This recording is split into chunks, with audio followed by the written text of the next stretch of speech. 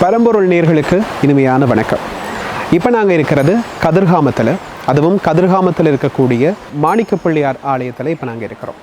குறிப்பாக கதிர்காமத்தில் பொறுத்த வரைக்கும் 3 கோயில்கள் மிக முக்கியமான இடத்தை பிடிச்சிருக்கு. ஒன்று கதிர்காமம் அப்படின்னு அழைக்கக்கூடிய அந்த கதிர்காம கோயில், இரண்டாவதாக இந்த சின்ன கதிர்காமம் அப்படின்னு அழைக்கக்கூடிய இந்த செல்ல கதிர்காமம், மூன்றாவதாக இந்த மலையேறி நாங்கள் போகிறோம் தானே ஏழுமலை, அதே மாதிரி கதிரமலை அப்படின்னு சொல்கிறோம். ஆனால் இந்த செல்ல கதிர்காமத்தை சின்ன கதிர்காமம் அப்படின்னு சொல்கிறாங்க. அதுக்கு காரணம் என்ன? குறிப்பாக இந்த கதிர்காமத்தினுடைய வரலாறுகள் என்ன? இந்த செல்ல கதிர்காமம், இந்த மாணிக்க பிள்ளையாருக்கான கதைகள் என்ன? வரலாறுகள் எப்படி இந்த பிள்ளையாரையும் சரி, இந்த ஆலயத்தையும் சரி, ஆலயத்தை சுற்றி இருக்கிற சூழலையும் சரி என்ன கூறுகிறது என்பதை பற்றி தான் இந்த பரம்பொருள் காணொளியில் நாங்கள் பார்க்க போகிறோம்.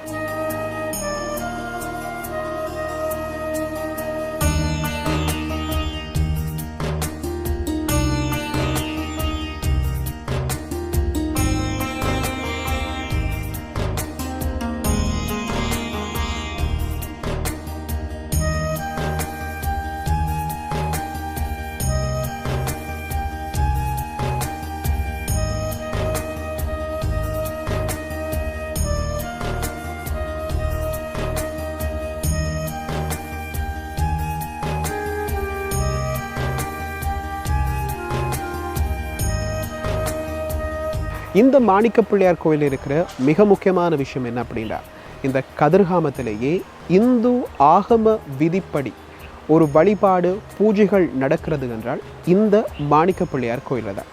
உங்களுக்கு தெரியும், கதிர்காமத்தை பொறுத்த வரைக்கும் வாயை கட்டித்தான் அங்கு பூஜைகள் எல்லாம் மேற்கொள்ளப்பட்டு வரும். ஆனால் இந்த கோயிலை பொறுத்த வரைக்கும் இந்து ஆகம முறைப்படி தான் பூஜைகள் நடைபெறுகிறது.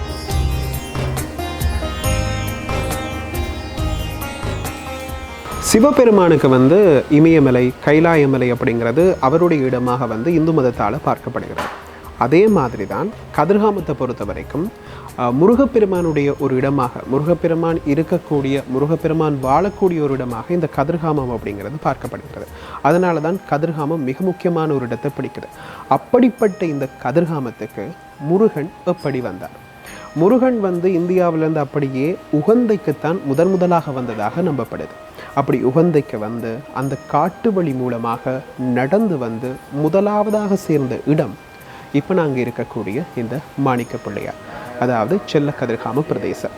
இந்த இடத்துல இப்போ இருக்கக்கூடிய இந்த மாணிக்க கங்கையில் அவர் நீராடி இருக்கிறார். அதுக்கு பிறகுதான் கதிர்காமத்தில் அவர் தங்கியிருந்தார் அப்படின்னு சொல்லப்படுகிறது. எனவே முதலாக முருகப்பெருமான் உகந்தை வழியிலிருந்து காட்டு வழியாக நடந்து கதிர்காமத்தை வந்தடைஞ்சதால தான் பக்தர்கள் எல்லோரும் கதிர்காமத்துக்கு வருகின்ற போது உகந்தை வழி, காட்டு வழி பாதையாக அவர்களும் இந்த கதிர்காமத்தை வந்தடைவதாக நம்பப்படுகிறது. அதன் காரணமாகத்தான் பல கோடி பக்தர்கள் உகந்தை வழியாக நடந்து வருகிறார்கள். இன்னும் தெளிவாக சொல்ல வேண்டுமா இருந்தால், யாழ்ப்பாணத்தில் இருக்கிற தொண்டைமனாறு செல்வச்சன்னதி ஆலயத்தில் இருந்து நடைபவனியாக உகந்தை வழியாக கதிர்காமத்தை வந்தடைகிறார்கள். ஆரம்பத்தில் சொன்னதானே, கதிர்காமம் எந்த அளவுக்கு மிக முக்கியமான இடம் பிடிக்குதோ அந்த அளவுக்கு இந்த மாணிக்க பிள்ளையார் செல்ல கதிர்காமமும் மிக முக்கியமான இடத்தை பிடிச்சிருக்கு. அதற்கு காரணம், எங்களை புராண கதையில நாங்கள் சொல்லுவோம் தானே, முருகப்பெருமான் வள்ளியை திருமணம் செய்வதற்கு உதவியாக இருந்தது பிள்ளையார் தான். பிள்ளையார் யானையாக மாறி வள்ளியை பயமுறுத்தி, அதற்கு பிறகு முருகன் வள்ளியை காப்பாற்றி, அதற்கு பிறகு அவர்கள் இருவரும் திருமணம் செய்து கொண்டார்கள். அந்த சம்பவம் நடந்த இடம் இந்த இடம். இந்த இடத்துல தான் பிள்ளையார் யானையாக மாறி வள்ளியை கொஞ்சம் பயமுறுத்திருப்பார். அந்த பக்கம் நாங்கள் நடந்து போனால் வள்ளி கோயில் அப்படின்னு ஒரு கோயில் இருக்கு. அந்த வள்ளி கோயில் பக்கம் நீங்கள் போனீங்கன்னா இப்போ வரைக்கும் வள்ளி குகை அப்படின்ற ஒரு குகையை நாங்கள் பார்க்கக்கூடியதாக இருக்கும். அந்த வள்ளி குகை கதிர்காமத்துக்கு நேரடியாக போகிறது. இப்போ உங்களுக்கு தெரியும், கதிர்காமத்துக்கும் செல்ல கதிர்காமத்துக்கும் கிட்டத்தட்ட 4 மைல் தான் தூரம், அதாவது 6.3 கிலோமீட்டர் அளவு. அந்த 6.3 கிலோமீட்டர் அளவு அந்த பாதையை இந்த சுரங்கம் அடைவதாக சொல்லப்படுகிறது.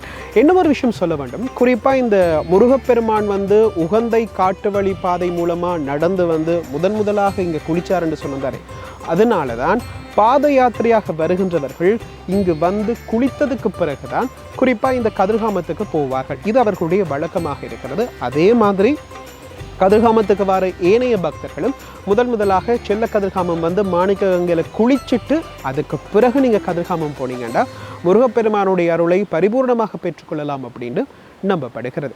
மாணிக்க பிள்ளையாரை பொறுத்த வரைக்கும் எப்போ நீங்கள் இந்த கோயிலுக்கு வரலாம், ஒவ்வொரு நாளும் காலம்பு 3 மணிக்கே ஆலயம் திறக்கப்பட்டுவிடும். அதிகாலை 3 மணிக்கே நீங்கள் இங்கே வந்து பிள்ளையாரை கும்பிட்டுட்டு மாணிக்க கங்கையில் குளிச்சுட்டு நீங்கள் கதிர்காமத்துக்கு போகலாம். ஆனால் சனிக்கிழமையில மட்டும் அதிகாலை 1 மணிக்கே ஆலயம் வந்து திறக்கப்பட்டு பூஜைகள் எல்லாமே நடத்தப்படும் அப்படின்னு சொல்லியிருக்கிறாங்க.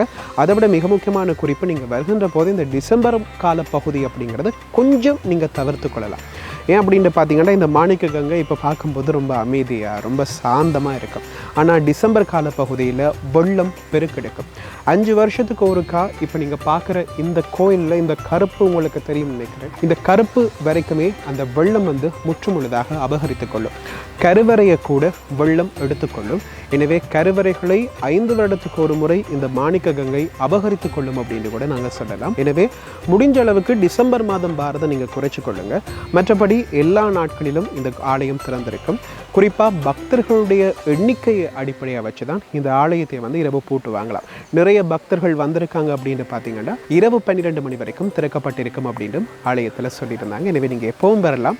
டிசம்பர் வாரதை மட்டும் கொஞ்சம் கவனத்தில் வச்சுக்கொள்ளுங்க. இப்போ செல்ல கதிர்காமத்தில் மாணிக்க பிள்ளையார் கோயிலை நாங்கள் தரிசிச்சுட்டு அப்படியே அதுக்கு பக்கத்தால் பார்த்தீங்கன்னா ஒரு போர்ட் போட்டிருப்பாங்க, வள்ளியம்மை தேவாலயம் அப்படின்னு சொல்லி. அந்த வழிக்குள்ளால் போனால் கிட்டத்தட்ட ஒரு 3 நிமிஷம் மாதிரி நீங்கள் நடந்து மேலே போக வேணும். போனீங்க அப்படின்னா வள்ளியம்மைக்கான ஒரு கோயிலை வந்து நீங்கள் பார்க்கலாம் அப்படின்னு சொல்லியிருக்காங்க. அந்த கோயிலில் பல சிறப்புகள் இருக்கிறது. அது என்னென்ன அப்படிங்கிறது அங்கே போய் நாங்கள் பார்ப்போம் வாங்க.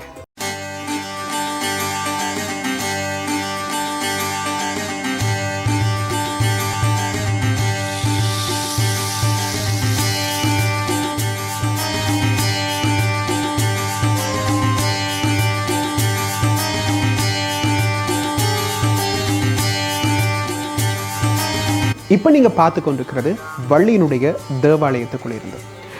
செல்ல கதிர்காமம் மாணிக்க பிள்ளையார் ஆலயத்திலிருந்து கொஞ்ச தூரம் நீங்கள் நடந்து வந்தாலே இந்த ஆலயத்துக்குள்ளே நீங்கள் வரலாம்.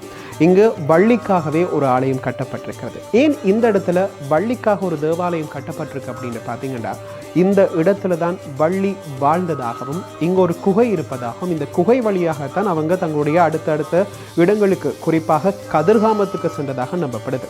இப்போ நீங்கள் பார்த்து கொண்டிருக்கிற இந்த இடத்துல இருந்து இதுக்கப்புறம் இப்படியே நாங்கள் போகும்போது வந்து இன்னொரு இடம் வரும். இந்த இடத்துல வந்து வள்ளியினுடைய குகையை வந்து நாங்கள் பார்க்கக்கூடியதாக இருக்கும். குறிப்பாக இந்த இடத்துல வந்து வேறு யாருக்குமே வீடியோ எடுக்கிறதுக்கு தடை செய்யப்பட்டிருக்கிறது. ஆனால் எங்களுக்காக கொஞ்சம் பெர்மிஷன் கொடுத்துருக்காங்க. ஸோ அவங்களுக்கு நாங்கள் இந்த நேரத்தில் நன்றியை தெரிவித்துக் கொள்கிறோம். இந்த இடத்துல இப்போ என் கண்ணுக்கு வந்து வள்ளியினுடைய அந்த குகை வந்து எங்களால் பார்க்கக்கூடியதாக இருக்கிறது.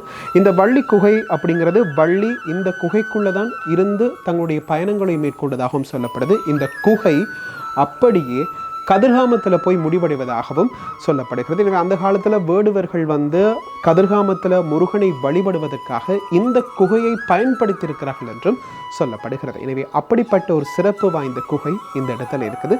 நீங்களும் கண்டிப்பாக வந்து பாருங்கள்.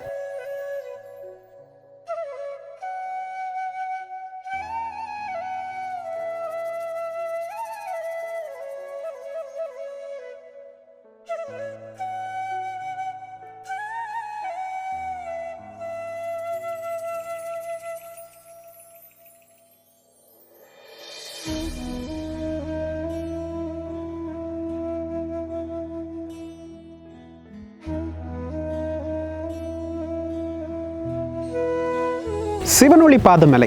சிவனொளி பாதமலையை பொறுத்த வரைக்கும் சிவனுடைய பாதம் அங்கு இருப்பதாக நம்பப்படுகிறது. எனவே அது ஒரு மிகப்பெரிய ஒரு புனித தலமாகவும் பார்க்கப்படுது.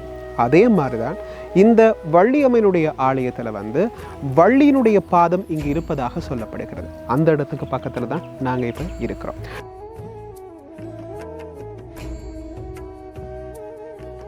எனக்கு பின்னாடி இப்போ பார்த்தீங்கன்னா உங்களாலையும் பார்க்கக்கூடியதாக இருக்கும் ஏழுமலை. ஏழுமலை கோயிலினுடைய ஒரு பிம்பம் வந்து இப்போ எங்களால் பார்க்கக்கூடியதாக இருக்கும். இது இந்த வள்ளியம்மை கோயில்களில் இருக்கிற ஒரு மிகப்பெரிய ஒரு சிறப்பாகவும் பார்க்கப்படுது. குறிப்பாக இந்த கோயிலை பற்றி சொல்ல வேணுமா இருந்தால், முருகப்பெருமான் வந்து சூரனை வதம் செஞ்சதுக்கு பிறகு அந்த வேலை இந்த மலை உச்சியில் தான் கொண்டு வந்து நாட்டினார் அப்படின்னு நம்பப்படுகிறது. எனவே தான் இந்த ஏழுமலை கோயில் அப்படிங்கிறது மிக முக்கியமான ஒரு இடத்தை பிடிக்கிறது. முருகனுக்கு மிகவும் பிடித்த வள்ளியினுடைய ஆலயத்தில் இருந்து இப்போ இந்த ஏழுமலையானுடைய தரிசனத்தை நாங்கள் பார்க்கக்கூடியதாக இருக்கிறது.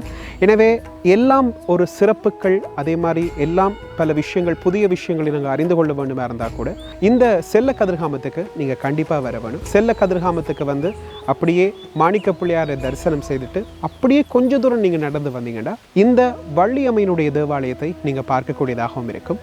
அப்படியே பார்த்து இங்கே இருந்து கொண்டே ஏழுமலையானுடைய தரிசனம், அதாவது முருகப்பெருமானுடைய இந்த ஏழுமலையினுடைய தரிசனத்தையும் நீங்கள் கண்டு மகிழலாம்.